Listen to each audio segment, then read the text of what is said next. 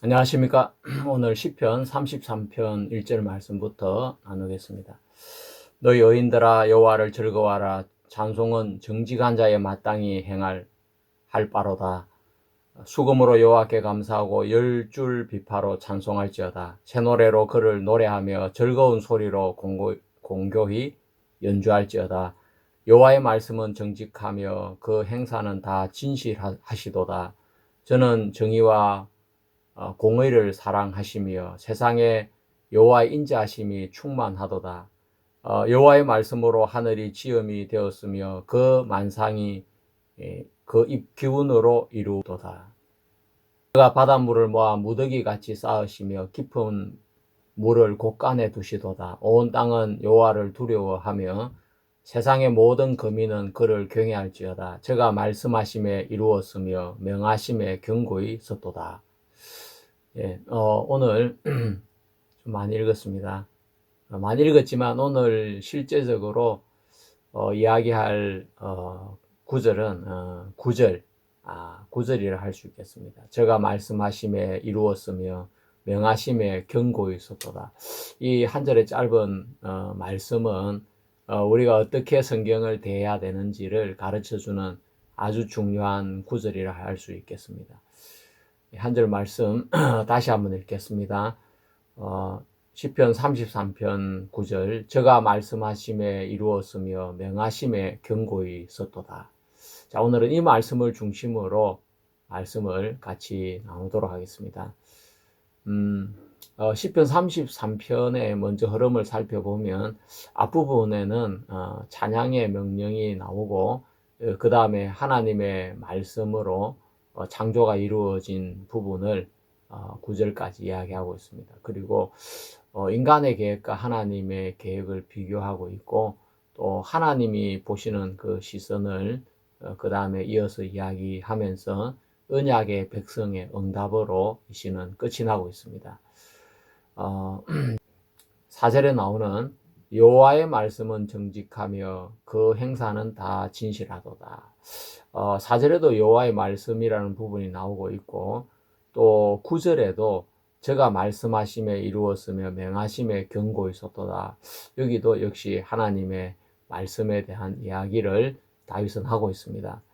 자, 우리가 이 4절에서 9절까지 하나님의 말씀에 대한 정의를 노래하고 있는 시입니다. 여호와의 말씀은 정직하다. 또 그가 말씀하심에 이루어졌다. 이 말씀을 통해서 우리는 말씀은 단순한 정보가 아니라 현실을 만드는 근이다. 하나님은 말씀으로 세상을 창조하셨다는 것을 다윗은 노래하고 있습니다. 즉 세상의 근거는 보이는 것이 아니라 하나님의 말씀의 바로 선언인 것입니다. 그것은 우리의 구원에도 동일하게 적용이 되어집니다. 우리가 의롭다 하심을 받은 것도 하나님이 의롭다고 선언하셨기 때문에 그런 것입니다. 창조가 말씀으로 되어졌다면 우리가 의롭다고 칭함을 받는 그 칭의 역시 하나님의 말씀으로 되어지는 것입니다. 하나님이 구원하신 의인의 정체성은 어떤 환경에서도 형편에서도 흔들리지 않는 것입니다. 세상이 말씀으로 확정되었고 구원도 재판장이신 하나님이 선언하심으로 확정이 되었기 때문에 구원받은 성도의 삶은 하나님을 신뢰하는 것으로 유지가 되는 것입니다. 하나님 말씀은 단순한 개념이 아니라 하나님의 선언이고 사건이고 언약적 실현이라고 할 수가 있겠습니다. 그런데 이제 우리가 요한복음 1장에서 말씀이 육신이 되었다 할 때 이 말씀은 로고스를 이야기하고 있습니다. 이 로고스 신학이 가지고 있는 장점도 있지만 단점도 많이 있는데 오늘은 그 로고스 신학의 장점과 단점을 잠깐 생각해 보겠습니다. 우리가 그 말씀은 하나님이시다. 태초에 말씀이 계시니라. 이 말씀이 하나님과 함께 계셨으니 이 말씀은 곧 하나님이라고 할 때 말씀을 헬라어 로고스라고 사도 요한은 적었습니다. 그 당시에 이 말씀을 로고스라고 표기하는 것이 가장 적합한 단어라고 생각이 되어집니다. 그렇지만 우리가 이 로고스라는 단어 안에 말씀이 갇히지 않는다는 것을 여러분 꼭 기억을 하셔야 됩니다. 예수 그리스도는 피조물이 아니라 창세 이전에부터 존재했던 존재라는 것을 설명할 때 이 로고스라는 개념이 아주 장점을 가지고 있습니다. 그래서 아리우스 논쟁에서 그 이단의 핵심을 막는 핵심 무기로 이 로고스가 사용이 되어졌고, 또한 삼위일체를 설명하기도 아주 용이합니다. 말씀은 하나님과 함께 계셨으면서 동시에 하나님이십니다. 예, 구별과 동일성을 동시에 표현하고 있습니다. 니케아 공의회 이후에 정통교리로 이 틀을 많이 사용하고 있습니다. 또한 헬라 세계와 소통을 하는데도 이 로고스라는 개념은 아주 수월하게 해주고 있습니다. 헬라 철학에서 로고스는 이성이나 우주 질서 또는 우주의 원리를 뜻하는 철학적 개념입니다. 그래서 복음이 헬라 철학의 세계에 쉽게 전달할 수 있도록 이 로고스라는 단어는 그런 역할을 했습니다. 하지만 단점도 많이 있습니다. 말씀이 로고스라고 개념화가 되어질 때에 히브리적인 말씀이라는 뜻 안에 담겨져 있는 이 말씀은 바로 사건이고 행동이고 언약의 실현이라는 그 관점이 아주 약화되어져 버립니다. 그래서 말씀을 로고스라고 생각을 하면 살아있는 하나님을 헬라 철학의 존재로 이해를 하게 되어지고 하나님과의 관계 중심적인 개념이 희미해지고 흐려지게 되는 것입니다. 그래서 그리스도의 인성이 약화가 될 위험이 커지게 됩니다. 그래서 기독교 역사에 보면 예수님은 실제 인간이 아니고 겉으로만 육체처럼 보였다라는 가현설이 나타나게 되어지는데, 그런 것도 바로 이 로고스 개념화로 인해서 생긴 문제라고 볼 수가 있겠습니다. 가장 큰 단점은 구속사의 흐름이 끊어진다는 것입니다. 성경 전체는 하나의 흐름을 가지고 있고 창조부터 또 출애굽 사건이나 또 여러 선지자나 다윗의 어떤 말씀 속에 하나님께서 메시아를 보내주신다는 그 언약을 나타내셨고, 그 언약이 예수 그리스도께서 오심으로 실현이 이렇게 되어집니다. 근데 로고스라는 어떤 그 개념 속에 말씀을 담아버리게 되어지면 바로 그 구약의 언약이 현실로 나타나는 그 성경에 짝이 있는 그 그림 자체가 흐려지게 되어지는 것입니다. 구약에서 말씀은 다바르라고 하는데 그것은 말이면서 사건이고 동시에 성취가 되는 그런 뜻을 담고 있습니다. 그러니까 말씀을 하시면 그것이 사건이 되어지고 그것은 반드시 이루어지는 하나의 큰 그림을 이루고 있는 것입니다. 우리가 창세기 1장을 생각해 볼 때 하나님께서 가라사대 빛이 있으라 하시니까 바로 빛이 있었습니다. 빛이 있으라는 그 말씀은 바로 사건이 되는 것입니다. 빛을 만들어내는 사건이 되고 또 그것은 동일하게 빛이 만들어지는 생기는 하나의 성취로 나타나게 되는 것입니다. 그러니까 히브리어에서 말씀은 말씀이면서 사건이고 그것은 성취를 뜻하고 있는데 그것이 헬라 철학의 개념인 로고스에 갇히게 되어지면 그런 다양한 성경적인 깊은 의미들이 다 흐려지고 이렇게 없어져 버리게 되는 것입니다. 그래서 창조주께서 육체를 입고 메시아로 오시는 그 구속사적인 그림이 흐려지게 되는 것입니다. 말씀은 창조의 선언일 뿐 아니라 그 언약을 나타내는 하나의 행동이 되어지고 또 그것을 역사 속에서 성취하는 사건이 이렇게 되는 것이 히브리에서 말하는 바로 말씀인 것입니다. 오늘 우리가 9절 말씀에 저가 말씀하심에 이루었으며 또 명하심에 경고히 섰도다. 이 한마디의 말씀은 하나님의 말씀을 너무 정확하게 잘 표현해 주고 있는 말씀이라고 할 수가 있겠습니다.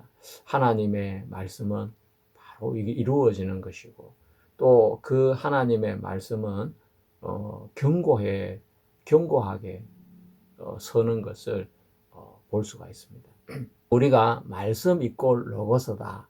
이러한 해석은 히브리어 속에 담고 있는 말씀의 의미를 축소시키고 왜곡시키는 경향이 있기 때문에 우리가 말씀을 로고스로 이해를 하지만 그 로고스 이외에 다른 깊은 뜻을 담고 있다는 것을 우리는 반드시 놓치지 말고 기억을 해야 성경을 제대로 읽고 이해할 수가 있는 것입니다. 예수님께서도 당신을 직접 말씀하실 때 나는 세상의 빛이다. 나는 생명의 떡이다. 나는 선한 목자다. 나는 양의 문이다. 나는 생명이요 부활이다. 이런 다양한 예수님께서 자기를 말씀하신 부분이 있는데 그런 부분까지 우리는 세세하게 마음에 담고 말씀을 대해야 되는 것입니다. 자, 우리는 이 시간에 사도 요한의 제자인 폴리갑의 제자인 이레니우스, 이 이레니우스가 이 로고스적인 사고를 가지고 하나님 말씀을 대할 때 잘못 빗나갈 수 있는 부분을 경계한 그런 내용을 우리는 다루어 보도록 하겠습니다. 예수 그리스도를 말씀을 우주의 원리로 이렇게 생각을 할 때 십자가는 필연적인 사건이 아니라 부차적인 사건이 되어진다고 했습니다. 그래서 십자가의 중요성을 잃어버리게 되어지고 이 예수 그리스도가 우주론적인 사변에 머물게 된다고 했습니다. 우주론적 사변이라는 이 단어가 굉장히 좀 철학적이고 복잡한 단어인데 우주론적인 사변이 무엇이겠습니까? 말씀을 로고스로 생각할 때 로고스가 세상을 창조한 것이 되어지고 이 로고스는 우주의 이성이자 질서이자 원리로 이해할 수가 있습니다. 모든 것이 그 로고스를 통해서 존재하게 되어집니다. 그렇기 때문에 이 말씀을 설명의 대상이 아니라 사유하는 사변의 대상으로 바뀌게 되는 것입니다. 우주의 이성, 우주의 질서, 우주의 원리, 이거는 설명할 수 있는 내용이 아니고 깊이 사고해야 되는 그런 내용이 아니겠습니까? 그래서 이 로고스의 본질이 무엇인가, 어떻게 로고스 하나님을 구별하게 되나, 또 어떤 방식으로 흘러 육체를 입고 오셨는가, 이런 생각을 할 때 행위상학적인 사변이 반드시 생기게 된다는 것입니다. 그래서 사변 쪽, 추론 쪽으로 흘러가게 된다. 그래서 아주 중요한 구원론에서 멀어지게 된다고 이레니우스는 경계를 했습니다. 구원의 대상자이신 창조주 하나님이 우리 인간에게 행하신 가장 중요한 사건은 바로 십자가 사건이고, 그 하나님의 아들을 육체를 입고 보내어서 십자가를 통해서 우리를 구원하는 그 일이라고 할 수 있겠습니다. 이것은 이해의 대상이 아니고 이거는 사건이기 때문에 이건 그냥 설명을 해주면 되는 내용이지, 이걸 막 이렇게 깊이 사고해가지고 뭔가를 신비한 원리를 깨달아야 되는 것은 절대 아닌 것입니다.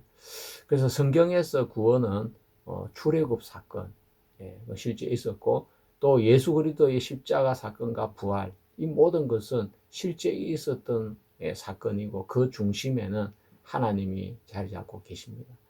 그것은 사건이기 때문에 그냥 설명을 해주고 이야기를 해주면 다 알아들을 수 있는 내용이지, 그걸 사유를 통해서 추론을 통해서 깨달아야 되는 내용이 아닌 것입니다.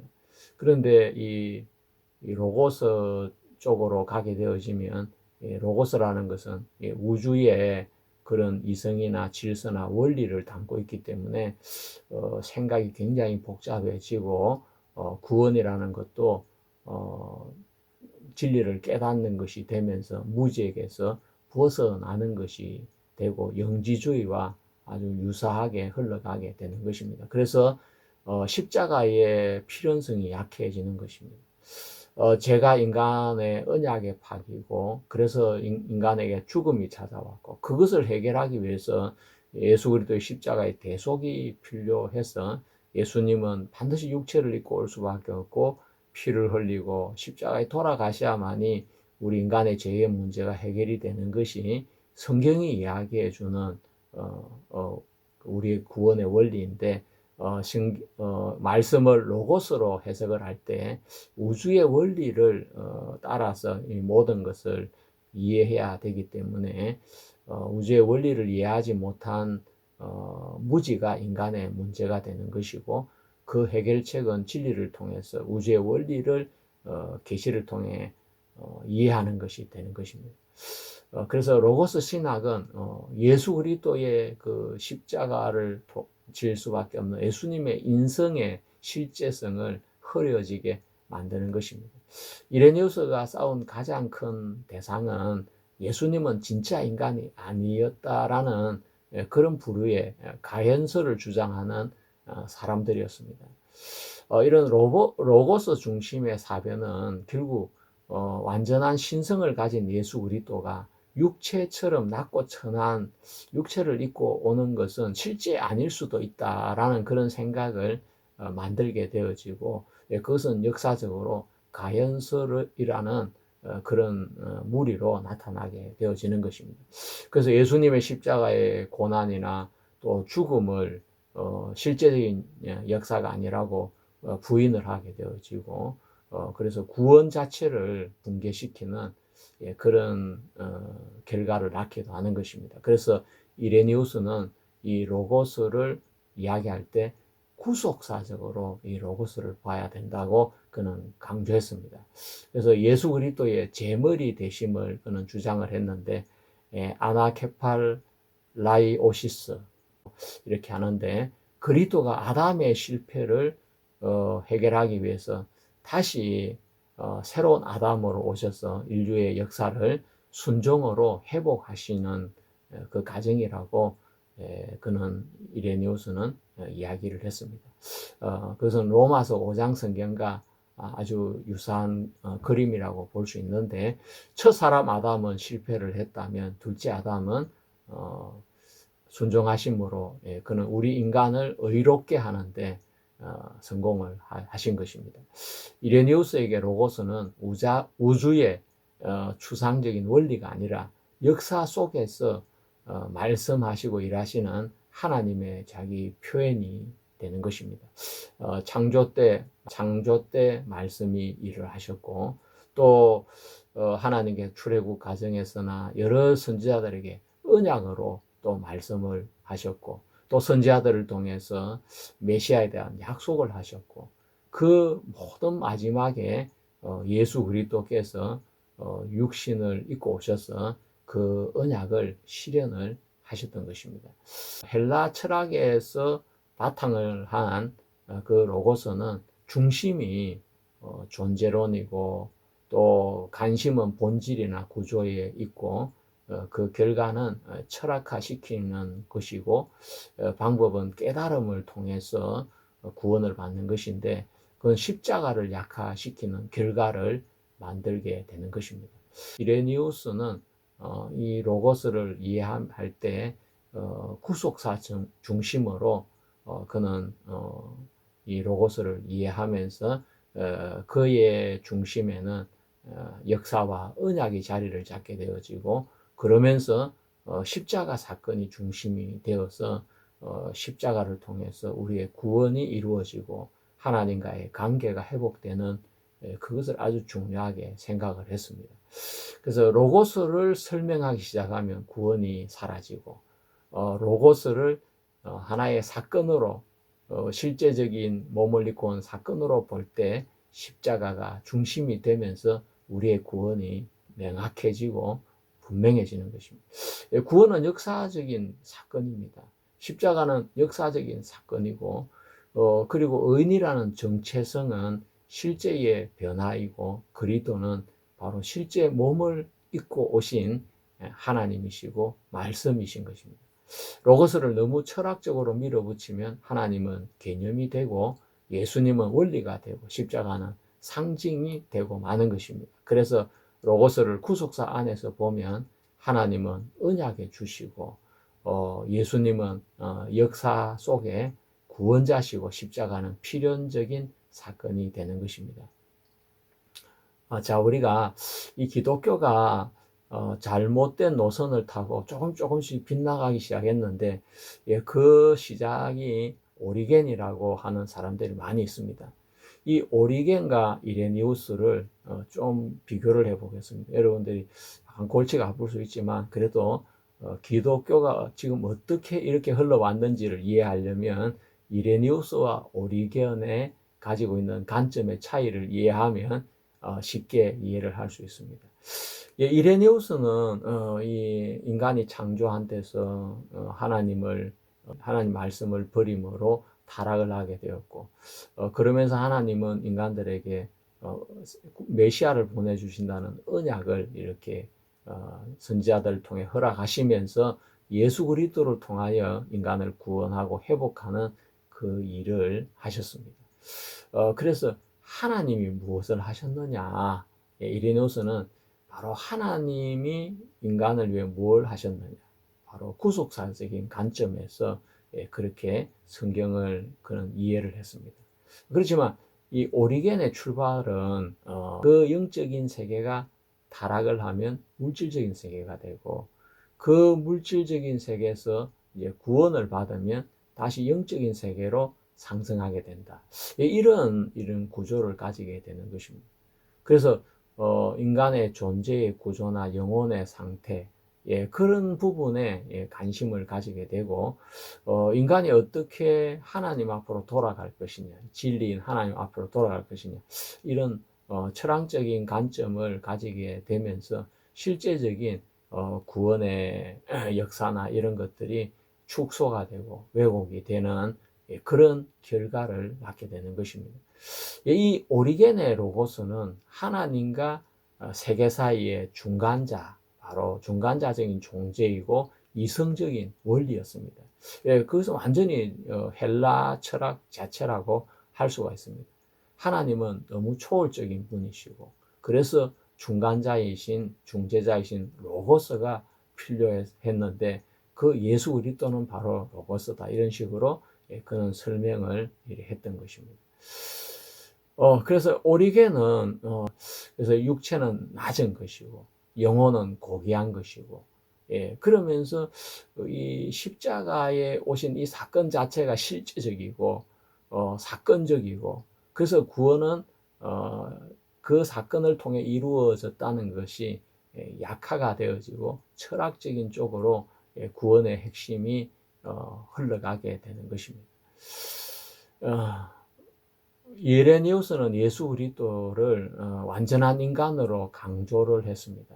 태어나고 성장하고 하나님의 뜻에 순종하고 십자가에 죽으신 분이고, 그래서 그로 말미암아 구원이 이루어진 것을 강조했는데, 오리겐은 예수님의 인성보다 예수님을 영적인 존재로 강조했습니다. 왜냐하면 헬라 철학이 영적인 것은 고귀한 것이고 육체적인 것은 낮고 천한 것이고 없어질 것으로 구별해서 생각을 했기 때문에 오리겐은 자연스럽게 예수님을 영적인 어떤 존재로만 강조를 하다 보니까 실제로 육체를 입고 오신 그 예수 그리스도, 그 부분이 약화가 되는 것입니다.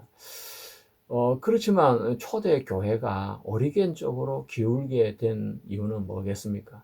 헬라 철학이 지적인 매력을 가지고 있기 때문이고, 또 헬라의 문화적인 영향을 받아서 많은 사람들이 플라톤적인 사고를 가졌다는 것입니다.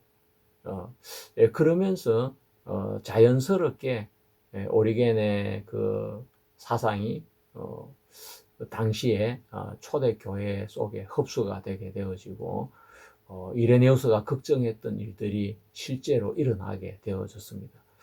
구원을 사건에서 개념으로 생각하는 이동이 생기게 된 것입니다. 구원은 십자가의 분명한 사건인데 이제는 철학적인 하나의 개념처럼 그들은 사유하게 된 것입니다. 그리고 십자가가 중심이었는데 이제는 십자가가 주변으로 밀려나게 되었습니다. 그리고 예수 그리스도는 역사적인 실존한 인물인데 이제 존재론적인 원리로 예수님은 바뀌게 된 것입니다.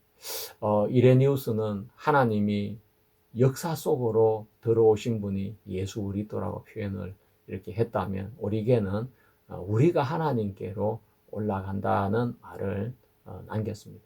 오리겐의 신학은 구원을 점진적인 상승으로 여겨져서 이 구원의 확정성, 십자가를 통해서 이루어진 이 구원의 확정성이 약해지고 흔들리는 그런 일이 생기게 되었습니다. 지금도 이 흐름은 그대로 존재하고 있습니다.